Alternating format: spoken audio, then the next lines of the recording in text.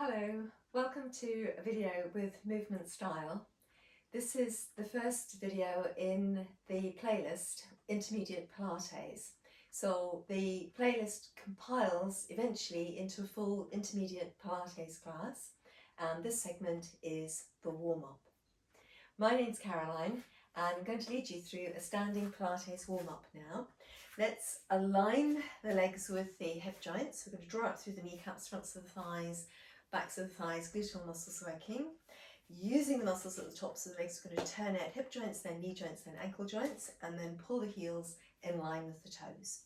Then let's lift the front of the foot, so we lengthen the foot, heel to ball of foot, heel to ball of foot, a little bit more weight going through the instep, pad of the little toe down, and stretching and lengthening into the little toes.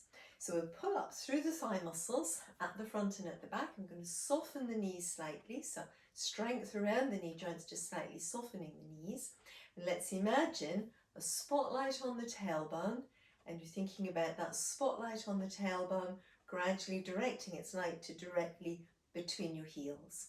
And as the tailbone moves downwards, we're going to aim to bring the crown of the head above the tailbone and let all of the vertebrae in between the tailbone and the crown of the head release one away from the one below. And gradually, as that would happen, in theory, we'll get to back of hips, back of shoulders, back of head level, have a neutral spine alignment, and we'll hold that in position with a zipping up action in the muscles just in front of the tailbone and a broad and wide scoop and hollow in the lower abdomen. So in the lower abdomen, draw back close to the crests of the hip bones and hollowing through the centre. Really dive deep. Imagining then a really wide belt around the waist, elasticated belt. It's actually very tight and squeezing you in across at the back of the waist, the front and the sides. And then even though the belt is quite tight, you're going to squeeze your waist away from the belt, not just at the front, but at the back. Begin at the back and then the sides and then the front, at the back, sides and then the front. So you get really, really tight and strong around the waist. So as well, we're going to let the ribs taper in towards the spine, breastbone and spine moving together, breadth across the collarbones and through the back of the shoulders as well. So let's just work on shrugging one shoulder up, using the muscles at the back of the upper arm, rolling and releasing. So shrugging up, rolling and releasing. So the arm not really going behind you, but you're just turning it out, using the strength at the back of the shoulder and releasing, letting the shoulder blade glide down the back. So 4 on the first side, and then as you're ready, 4 on the second side. So rolling and releasing, rolling and releasing, keeping the spine nice and tall, and especially as you release the shoulder, keep the weight, the waist tall. So we're going to breathe in, shrug up, breathing out again, keeping the spine long as you shrug downwards, collarbones broad, broad in the back of the shoulders. Thinking about as well your shoulder blades gliding down the back as much as possible. Like that, just flowing down. Waist stays strong and tall. Now on this one, we're going to keep the shoulder blades gliding down the back and just bringing the hands onto the shoulder joints. And then from here, shoulder blades move towards each other and down. They lift and towards each other, then wide, up, towards each other and down, wide, up, towards each other and down, wide and up. Now because the back of the upper arm is attached to the shoulder blade, as we really begin to get the shoulder blades moving a little bit, the upper arm and the elbow follow. So let's go in, wide, down and towards each other, in, up, wide, down and towards each other, wide, down, in, up, wide, down, towards and up, wide, down, towards and up. And then once again, just releasing and relaxing. So we're going to, again, just check in tailbone to crown, lifting up our broad and wide scoop and hollow in the lower abdomen, belt fastened, squeezing the waist away from the belt at the back, the sides and the front, ribs tapering in. And then let's just shrug up and shrug down, thinking about the shoulder blades still gliding down the back. We're just bringing the arms up to shoulder height. So I'm working from behind so that you can see the upper back working. We're going to just release the muscles between the spine and the shoulder blade on the right side. Let the right arm lengthen forward and then return. Release on the left side and then return. So the right arm releases forward and comes back. And the left arm releases forward and comes back. And each time lots of clearance between the ear and the shoulder. And you're essentially working from the shoulder blade each time. So muscles between the spine and the shoulder blades working. We're going to do both arms together now. We relax those muscles.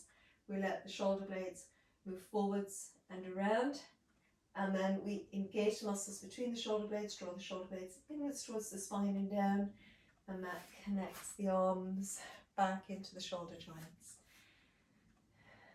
So like that. And then with that same strength working, with the strength close to the spine and across the upper back, we're going to let the arms widen away, breathing in to release. So you can release, connect and widen. Breathing in and then breathing out. Breathing in, breathing out. Yeah. So, and in theory, you feel here that if someone were to lean their weight on your arm, that you've got the weight of the arm, the strength in the upper back. So let's just do one more. So you put the strength into the upper back. Someone leaning on the arm, it wouldn't pull the arm down. So just relaxing through the shoulders is quite hard work. So we're going to come back to some of those arm movements in a few moments, but in the meantime, let's think about the lower body. So we can, once again, align the feet underneath the hip joints. Think about the mini spotlight on the tailbone shining to between the heels, crown of the head reaching up towards the ceiling, zipping up at the tailbone, a broad and wide scoop and hollow, belt fastening, squeezing in across at the back, across at the front, in at the sides, so elasticated belt cinching us in and drawing away from the belt at the back, the sides and the front. Ribs tapering in, shoulders broad, front and back, pelvis broad. And then as you're ready, with the weight even between the heels and the balls of the feet, we're going to work into a little bit of a plie. So we're going to just let the knees bend and then squeeze back up so the ribs lift themselves up and out, waist, pelvic, abdominal strength works, glutes, low glutes, everything connects. Now as we move into the plie squat, we're aiming not to just go with gravity, but to activate the strength here. So it's as if you're going to bend down and pick up something heavy. So when we know that we're going to pick something heavy up when we move into a squatting action, we don't just kind of sink. That's something we just mainly do in exercise classes, I think. So imagine that you're going to pick up something heavy. And although I'm not leaning forwards, but imagine that if you went down deeply enough, or you're just going to stay straight, you've got something heavy to pick up. You won't just let the legs sink because you won't have enough strength to lift. So using that strength here, keeping the weight even, heel to ball of foot, means that we can't bend the knees very far. And that opens up a little bit as the calf muscles stretch, but never very much. And then breathing out, we squeeze the ribs in, squeeze the waist in, broad and wide scoop and hollow, gluteal muscles pull up, low glutes, fronts of the legs, kneecaps, fronts of the thighs, and feeling the connection between the heel and the sitting bar. And squeeze through. Now, into this, if you feel comfortable, I'm going to think about adding a rise. And this is where you really need those connections, heels to sitting bones, that pull up through the kneecaps, fronts of the thighs, your pelvic diamond working, ribs lifting out of the waist, waist lifting out of the hips. As you lower, keep your gluteal muscles really, really lifted. So again, pulling down using your strength, lifting up, ribs squeeze in, waist lifts out of the pelvis, lower abdominal pelvic strength working. You weave down your smaller back, lower back strength, pull up through the glutes and the low glutes, working through the fronts of the thighs and lowering with control. So we'll give that one more go at this level. So lots of strength behind you. Now into this as well, we might begin to add the shoulders shrug down, but the arms are coming up to shoulder height. As we squeeze through, we're going to keep that idea of the shoulder blades moving down the back, and then arms lift and releasing down and away.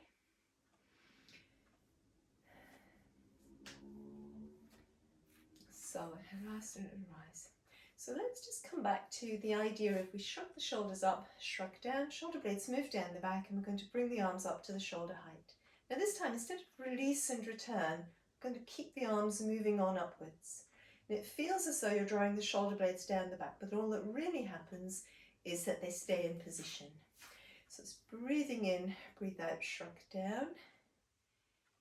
And then you're still breathing out, keep the breastbone lengthening away from the face, the ribs tapering into the spine and through. So as well, I'll show you from behind. So we shrug up, shrug down, shoulder blades moving down the back, keeping the base of the rib cage tapering to the spine.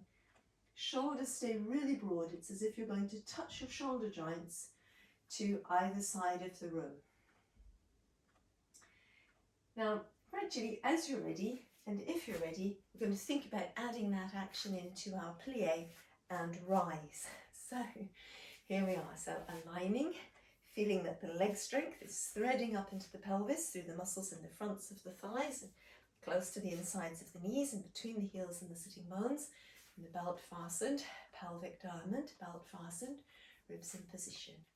So as you're ready, using strength to move into that plie position through the backs of the legs, arms come up to shoulder height, keeping the shoulder blades moving down the back. Now here, keep the ribs under control, waist strong, pelvic diamond working, thread the glutes and the low glute strength up, the arms flow through, and then once again you're breathing in to come down and the arms come part way up.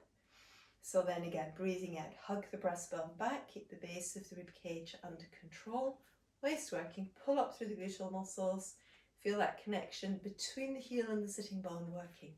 So you really have to get that connection, heel to sitting bone working. And through, and down, and then a last time, plie, and hug the breastbone back, hold the ribcage in position, shoulder blades drive down the back, connect your glutes and your legs, and releasing. Good, well done. So we have a little shake out from there. We're going to progress that slightly just by changing the style of the squat. So we've been working the basic plie squat, and now let's think about the plie back squat. And this is where, again, we're starting nice and tall, stretching between the tailbone and the crown. Our core strength in place at the tailbone, in the pelvis, around the waist, around the rib cage, in the upper back, shoulder blades wide, moving down the back and feeling that connection between the back of the upper arm and the shoulder blade. Now, it's almost here as if you're imagining that you've got a button behind you on the wall and you're trying to press that button with the tailbone. Again, we are going deeper through the legs this time. The weight moves a little bit more towards the heels. You hinge at the hip, but you're aiming to stay in neutral spine. So again, if you're going to pick something heavy up, you would go down with the strength in the back of the legs. Now coming back up, ribs, waist, weave in that small back, lower back strength. So it's muscular strength that overlays the belt strength. And you pull up through the low glutes and the glutes, and you thread the strength up, fronts of thighs, just to the insides of the knees, and connect heels to sitting bones. So once again, spine really supported in the core. We start with the weight even, heels to balls of feet, but it's going to move slightly towards the back of the leg. We use power and strength to bring us into our back squat position. Use your pelvic diamond and your belt strength to keep the spine long, so not allowing the space between the pelvis and the base of the rib cage to open. And then coming back up, lift everything together, connect the pelvic girdle and the rib cage through the movement. Ribs keep tapering in, back of the waist, crown, leg strength threads in. So now if you feel that you've got enough connection through the body as you're coming up between the trunk and the pelvis and the legs, then you may be ready to, from out of the back squat action, add in your rise. And lower. So again, it's as if you've got that button behind you, coming down with strength. Now we could add in again the arms lifting, shoulder blades still move down the back. and then flowing back up, connect the ribs and the pelvis so that the action of the spine, the ribs and the pelvis all hold together. What tends to happen is, what I mean by that is that people come in and they let the front of the ribs dip down and the hips tip up. Whereas we need to, along the line of the spine, we've got the pelvis floating at the base of the spine, the ribs floating partway up, the head floating at the top. We need to try to keep the action of the pelvis, the ribs and the head aligned along the line of the spine. So we let them all move together in the one giant action because we've glued them together with our core strength. Shoulder blades moving down the back, coming back up, weave in your smaller back, lower back strength. Keep this working so the ribs don't pop behind you. Lots of strength in the back of the body, backs of the legs, glutes, lower back, upper back, and releasing. So your inhalation and your exhalation, reach away. So your inhalation and your exhalation and reach away. And really so much of the secret of it is, as you come up out of the back squat, it tends to happen, people lift up and they miss this strength and the ribs pop forward. So you might be going in really well and then coming up, just losing the strength here. Weave in the strength, pull up through the glutes, connect heels, sitting bones, back of waist, shoulder blades moving down the back, that strength in the upper back that we were practicing. And again, remember as the arms go up, shoulder joints wide, as if they're going to touch either side of the room. Last time. Here we are, connecting, squeezing through and lowering away. Good. Now let's hold on to that strength before we forget about it. And if you feel stable, we're going to keep pulling up heel to sitting bone through the back of one leg, front of the thigh working, using our pelvic diamond, etc. to keep us really stable. Arms coming wide. So one leg comes out, we're going to lift and then lower. So we're going to lift. Let's hold through a count of 5, 4, 3, 2, 1. And lower. Now if you're not so stable, hold on to something or lean on a wall and let your supporting leg be closest to the wall. And you'll get stronger by staying aligned and having a bit of support than by being wobbling all over the place, so that the muscles never get a chance to strengthen in the aligned position with your bones strapped one on top of the other. Because when your bones are all over the place, you can't balance. So the strength you need to build is when the bones are aligned. So hold that position, even if it means holding on to a wall or something else. Good. And then coming back down. So again, what I always say is that the strength that we need to balance on one leg is the same as the strength that we need in the legs to balance on the balls of the feet. So you can rise onto the balls of the feet, come down, and just don't let go of the strength that you used to go into the rise. Now as the leg comes up, work on keeping the pelvis level. And for many people that means just holding the hip down.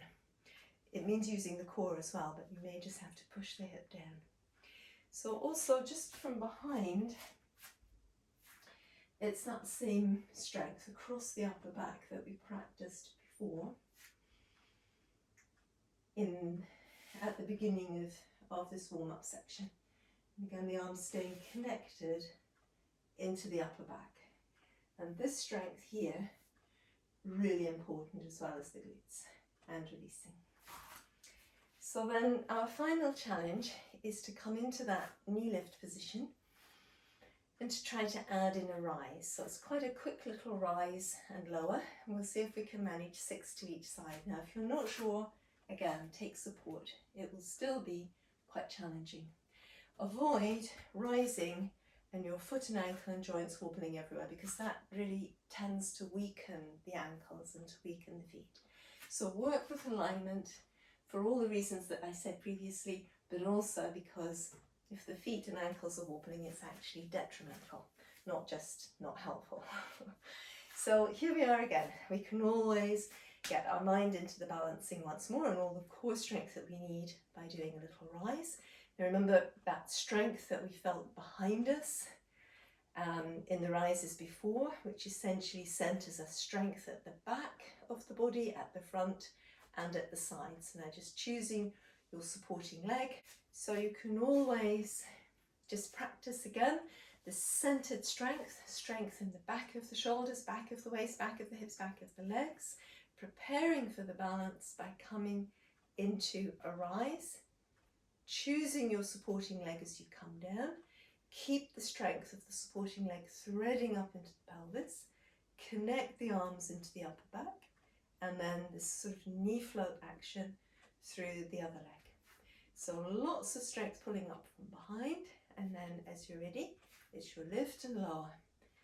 So lift and lower, lift and lower, lift and lower, lift and lower.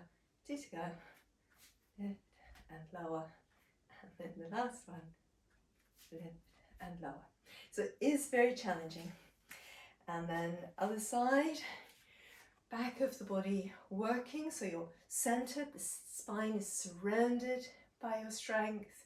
You can come into a rise and lower, keep threading the strength up through the back of your supporting leg, gluteal muscles working, lower abdominal muscles, waist, ribs, and then your knee float, lengthening up tailbone to crown, and again your rise and lower, rise and lower.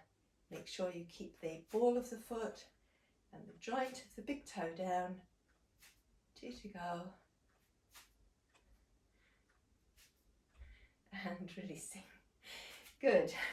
So from there, let's just roll up and down through the spine to release the spine. So all of the core strength that we've been working before, free passage through the spine, or for the spine through the body with the shoulders broad at the front and the back, pelvis broad at the front and the back, rolling down, hugging the breastbone to the spine.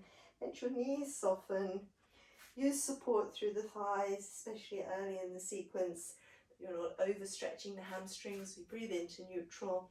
Roll through again, directing the spotlight on the tailbone to between the heels, pelvic, abdominal muscles working, waist, upper back connecting, back of the legs connecting. If you want to, adding in your rise. And once again, rolling through, hug the breastbone to the spine. Keep the shoulders broad and wide so the spine can lengthen, can take support through the thighs or the calves. Breathing in to lengthen your spine. Once again, breathing out to roll back up, pelvic, lower abdominal strength, weave in your smaller back, lower back strength, get it to meet your gluteal strength, shoulder blades move down the back. You can add in your rise and lower, and last time here, rolling through, and again you can breathe in, find your neutral spine position. It's again rolling back up, pelvic, abdominal strength, back of waist, glutes. Connect your legs into your pelvis, connect your arms into your upper back, stay broad, rise there, and lower. Good, well done. I hope you've enjoyed this Pilates standing warm-up. The sequence and the playlist flows through now into the pelvic stability and abdominal section, then the prone section, then a side lying section, and eventually a mobility and stretch section. Thank you for watching. Hope that you think about subscribing to Movement Style channel if you haven't already. My name's Caroline, and I hope to see you again soon on the channel.